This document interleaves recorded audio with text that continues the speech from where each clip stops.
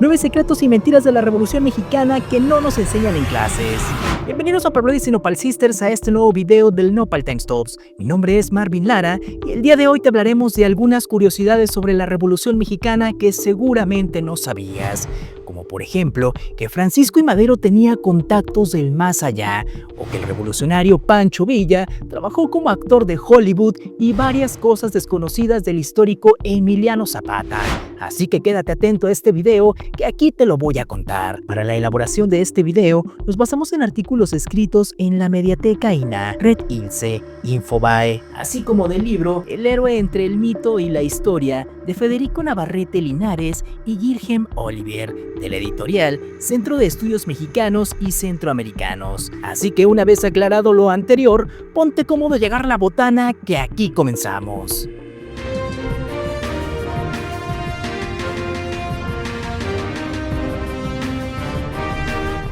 Pero antes de continuar con este video, te invito a que me sigas en mis redes sociales, nos dejes tu poderoso like y nos ayudes a compartir este video. Muchas gracias. Número 1. La frase más famosa de la revolución fue pirateada por Madero. La frase más icónica de la Revolución Mexicana es sufragio efectivo, no reelección, y todo el mundo se la atribuye a Francisco I. Madero. Sin embargo, en realidad fue pronunciada por Porfirio Díaz en 1871 tras perder las elecciones contra Benito Juárez. Díaz usó la frase por dos razones: para denunciar un posible fraude electoral y porque Juárez ya se había reelegido varias veces como presidente. Años después, Madero revivió la frase para recordarle a Díaz su antigua postura, dejando en evidencia la contradicción de Porfirio Díaz y exhibiéndolo como incongruente. Número 2. Francisco I. Madero se podía comunicar con los del más allá. Para empezar, la famosa I de su nombre no significa Ignacio como muchos creen, sino Indalecio. También era objeto de burlas debido a su baja estatura, que era de 1,48 metros, lo que le valió apodos como Enano del Tapanco y Presidente Pingüica por parte de sus detractores. Sin embargo, lo más enigmático de su vida era su fascinación por el ocultismo. Madero solía realizar sesiones espiritistas donde según él se comunicaba con espíritus, incluso con sus familiares, los cuales en una de esas sesiones le indicaron la fecha exacta y la hora para iniciar el levantamiento. Por eso muchas personas cercanas creían que no estaba bien de la cabeza. Número 3. La Adelita no solo fue una canción. Todos hemos escuchado y cantado el corrido más famoso de la revolución, el de la Adelita, pero esta canción no solo es una pieza popular, la famosa Adelita sí existió. Su nombre era Adela Velarde Pérez, y la mayoría de los historiadores coinciden en que fue la inspiración del sargento de la División del Norte, Antonio Gil del Río, para componerla.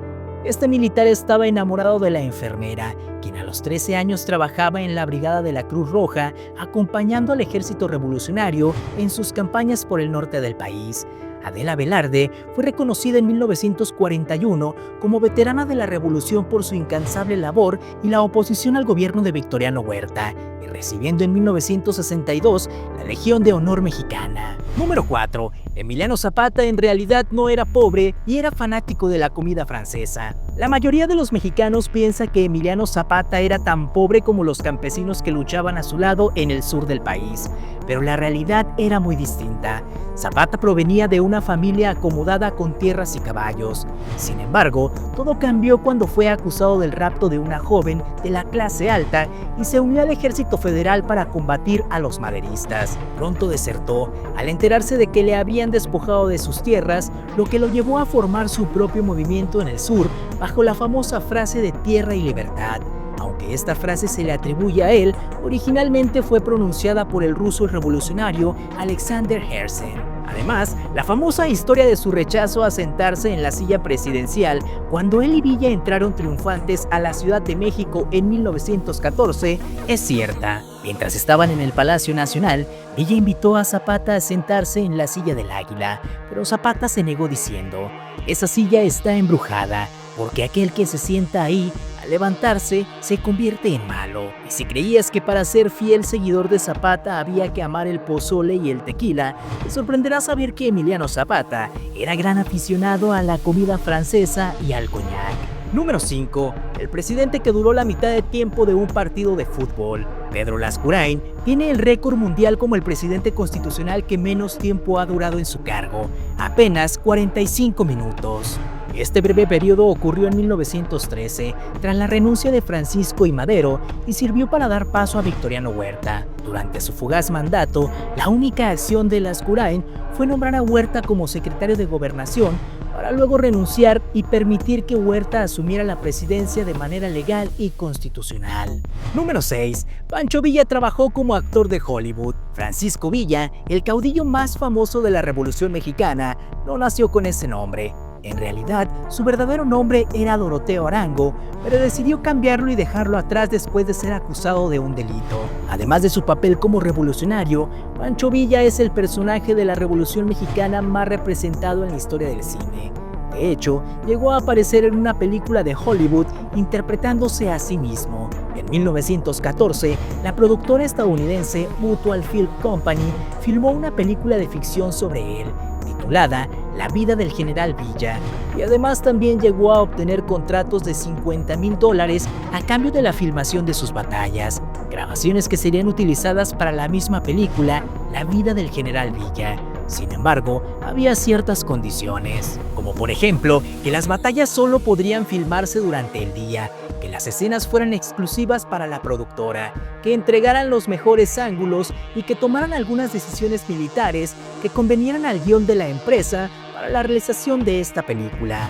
Sin embargo, la admiración estadounidense por Pancho Villa se perdió cuando Villa invadió en 1916 la ciudad de Columbus en Estados Unidos, invasión que representa la única que en tierra firme ha recibido Estados Unidos en su historia. Número 7. La cifra maquillada de caídos en batalla. La historia nos cuenta que la Revolución Mexicana dejó un saldo de aproximadamente 1 millón de personas afectadas, pero esta cifra incluye no solo a los caídos en combate, sino también a los heridos y desaparecidos. Sin embargo, es importante considerar que durante la época revolucionaria se desataron varias epidemias, como la tifoidea, la viruela y el paludismo, pero la más devastadora de todas fue la influenza española, que provocó que más de 300,000 personas perdieran la vida, sin contar los provocados por otras enfermedades. Se estima que en realidad fueron alrededor de 100,000 las personas que pasaron a mejor vida a causa directa de las batallas durante la Revolución. Número 8. Traiciones y venganzas entre líderes y héroes. La Revolución Mexicana fue un escenario de traiciones, venganzas y cuentas pendientes entre sus propios líderes y supuestos héroes, que en las películas turcas vemos tanta traición como en la historia de México. Para que te des una idea del nivel de intriga, Madero acabó con Victoriano Huerta, Emiliano Zapata con Venustiano Carranza, y este último traicionó a Obregón y Calles, quienes a su vez eliminaron a Pancho Villa. Después Elías Calles se encargó de Obregón y finalmente él mismo fue desterrado por Lázaro Cárdenas. Lo irónico de todo esto es que en la escuela lo representan como héroes de un mismo equipo. Y para colmo, hay plazas y monumentos por todo el país que los muestran juntos como si fueran los mejores amigos. Imagínense nada más, se han de estar retorciendo donde quiera que se encuentren. Número 9. La caída de Madero y la toma de Palacio Nacional. En 1913, el Palacio Nacional y su plaza se convirtieron en un auténtico campo de batalla entre los leales a Madero y los disidentes que querían el regreso de Porfirio Díaz al poder.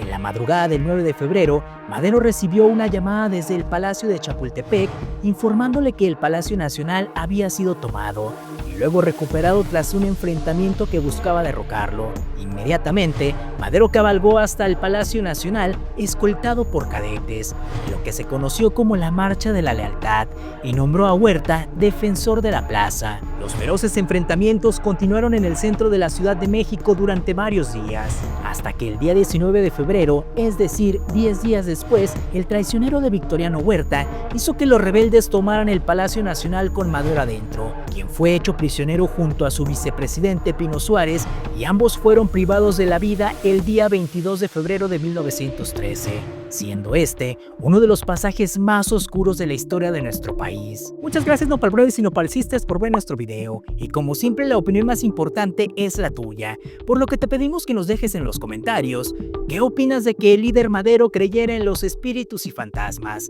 Estaremos muy atentos para leer lo que nos escribas. No olvides suscribirte a nuestro canal y activar la campanita para que no te pierdas ninguno de nuestros videos. Tu ayuda es muy importante porque nos permite crecer y llegar a un mayor número de personas. Te esperamos en nuestro siguiente video. Nos vemos, hasta la próxima.